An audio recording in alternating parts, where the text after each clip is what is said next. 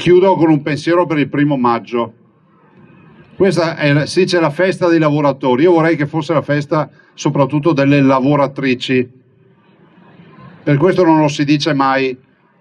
Siamo in un paese che coccola l'idea, perché ci sono le norme per le pari opportunità, coccola l'idea di essere civile, ma non è così, perché le donne, le lavoratrici, a parità di professionalità, a parità di bravura, a parità di tutto quello che volete, quantomeno sono ancora pagate di meno dei maschi.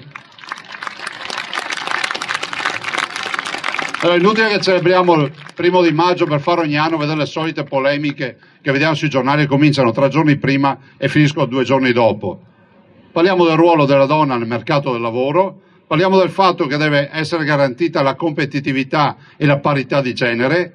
Vuol dire che non è che possiamo pensare che la donna, quando resta incinta, ha chiuso con il lavoro e deve occuparsi della famiglia.